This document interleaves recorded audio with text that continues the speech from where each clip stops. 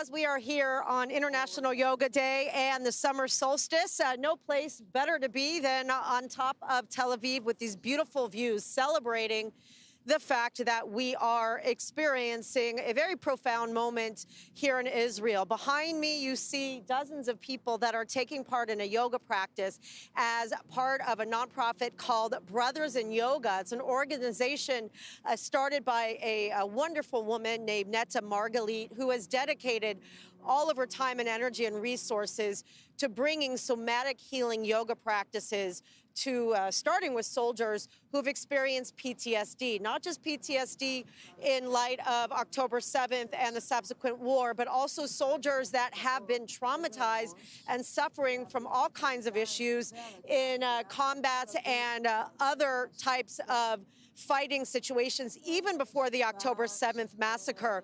Now we're really recognizing and aware of the fact that PTSD is something real that many are going through, not just from combat, not just from October 7th and the war, but also the impact of the world reaction to the war and the situation here in Israel.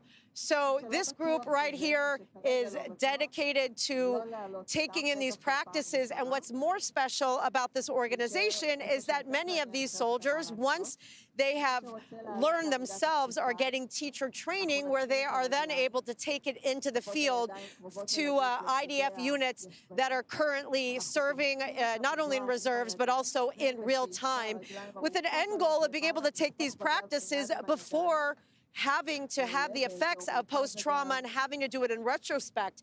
Another thing that we need to take into account of what happened on October 7th is that it basically reopened a lot of the unhealed wounds that haven't been dealt with from soldiers that have been in other types of situations, like I mentioned, like the Second Intifada, the Lebanon War and whatnot. You have people from all different ages. After October 7th, like most of the people, everything that was buried kind of rose up, and I was really suffering and struggling.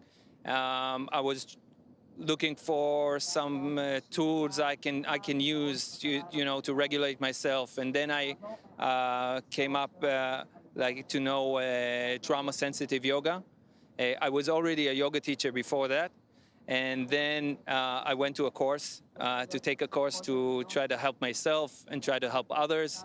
And I remember the time that Netta came in and it was love at first sight. Like you could totally see her vision. I totally connected to the way she sees the practice and the possibilities of really helping out, really healing people through yoga. And I began to experience that myself and in time pass it on to others.